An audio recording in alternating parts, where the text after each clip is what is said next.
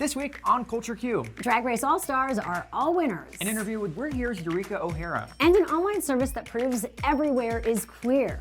What is going on? It is Annie Wani here. And I'm Cheryl Lazar. This is Culture Q. And here's some of the highlights from this week in queer culture.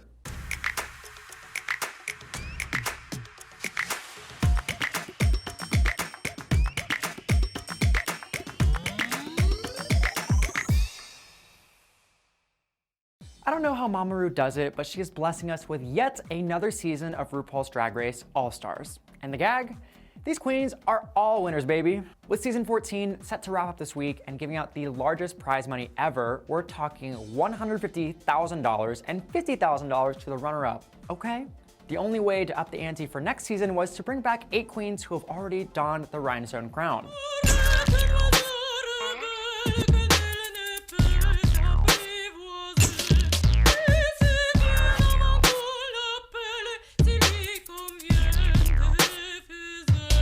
The absolutely iconic group includes past stars like Shae Coulee, Monet Exchange, Raja, and early fan favorite Jinkx Monsoon.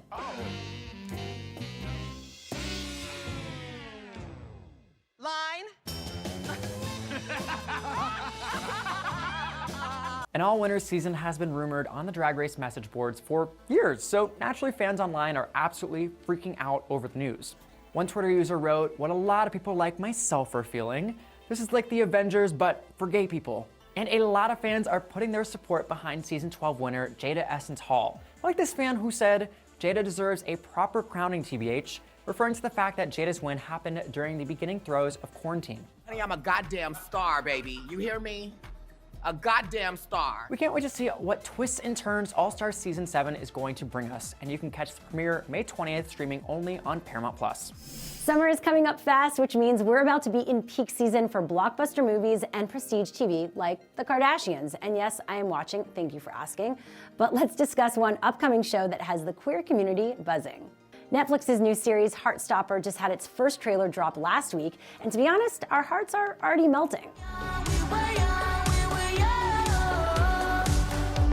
I want to believe in romance.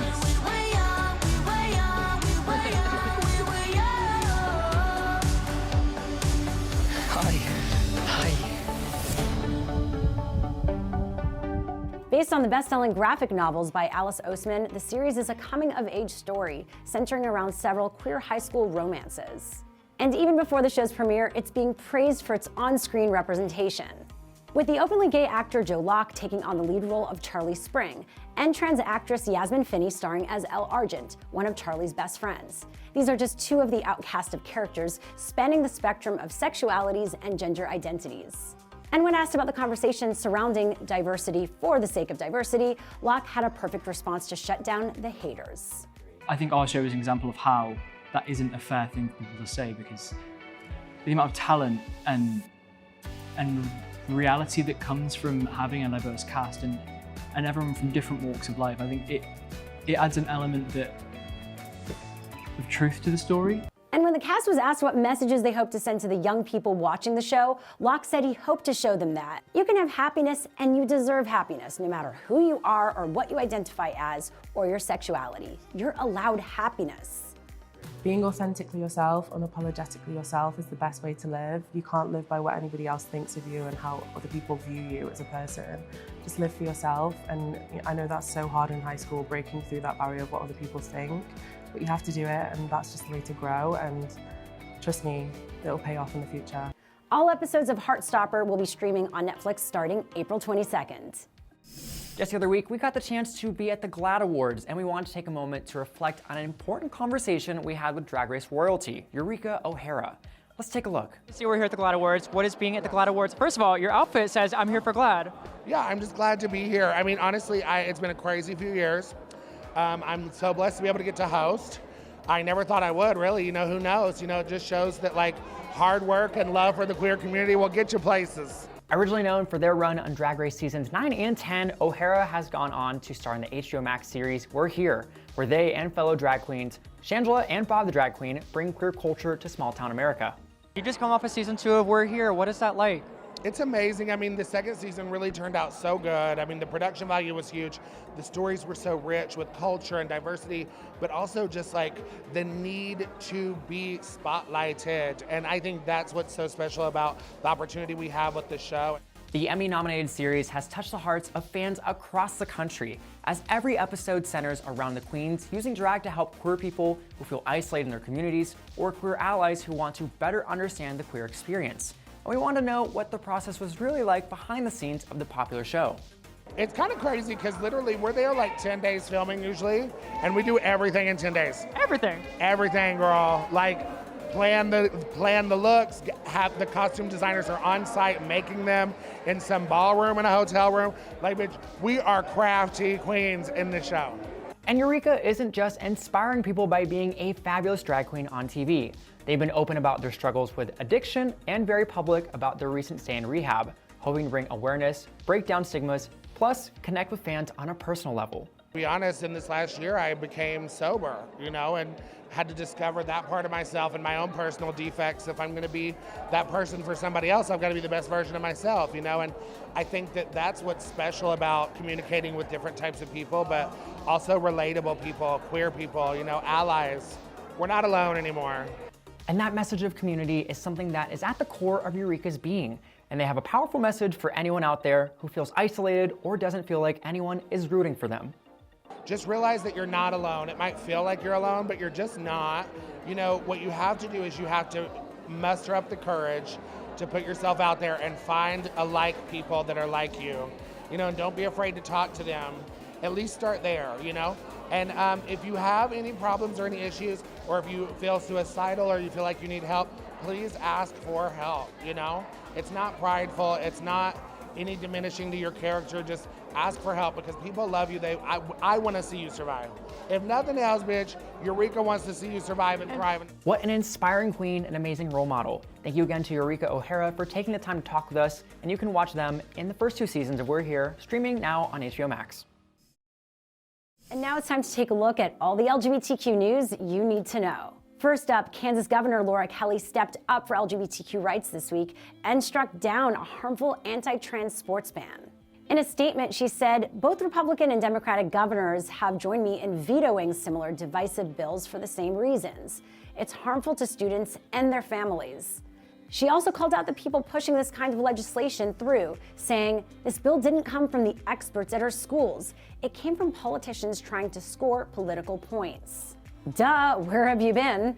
Now, the U.S. Air Force is also making headlines this week when they announced that they will help service members impacted by the anti-trans laws spreading all over the country. The government agency shared that they're offering medical and legal assistance. And if members live in states where it's now illegal for trans youth to get medical care, they're going to relocate them to an assignment where their loved ones can receive that care.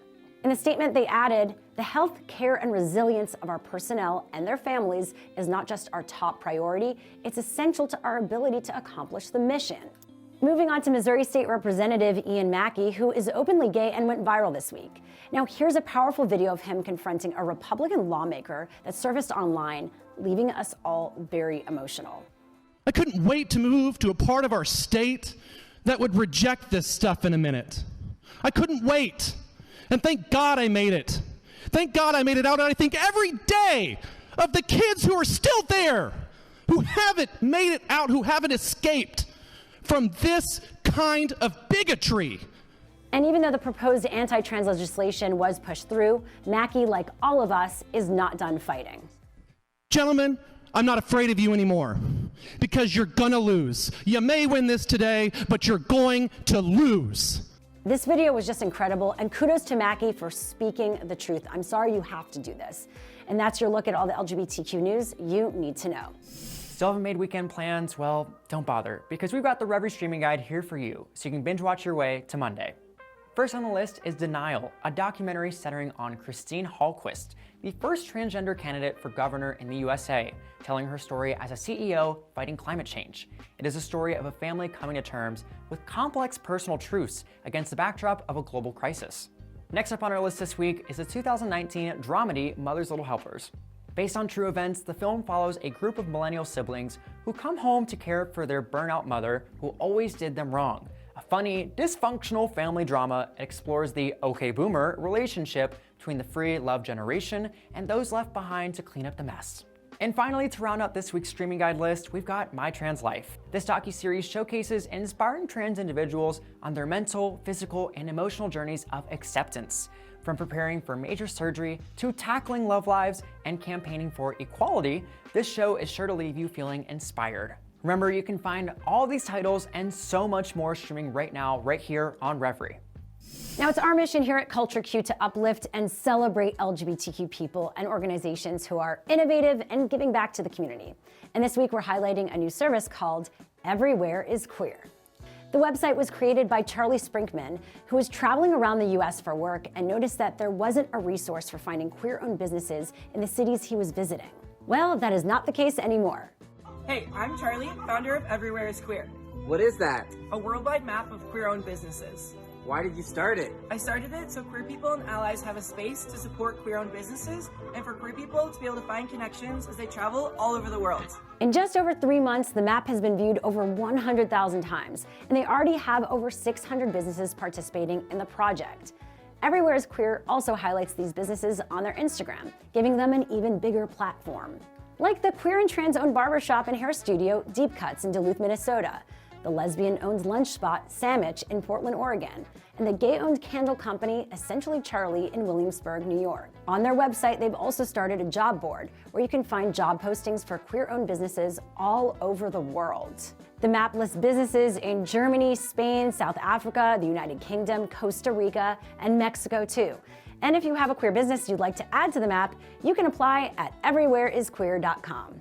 Now, this is such an amazing idea. Definitely give them a follow on Instagram at everywhereisqueer and see if there are any queer-owned businesses in your area you didn't know about. I can't wait to try it out myself, and that's it for today's show. It's Annie Lawani signing off here. And I'm Cheryl Lazar. Thank you again for tuning into This Week on Culture Q. Be sure to join us every Thursday at 8 p.m. Eastern, live and always on demand, right here on Revry.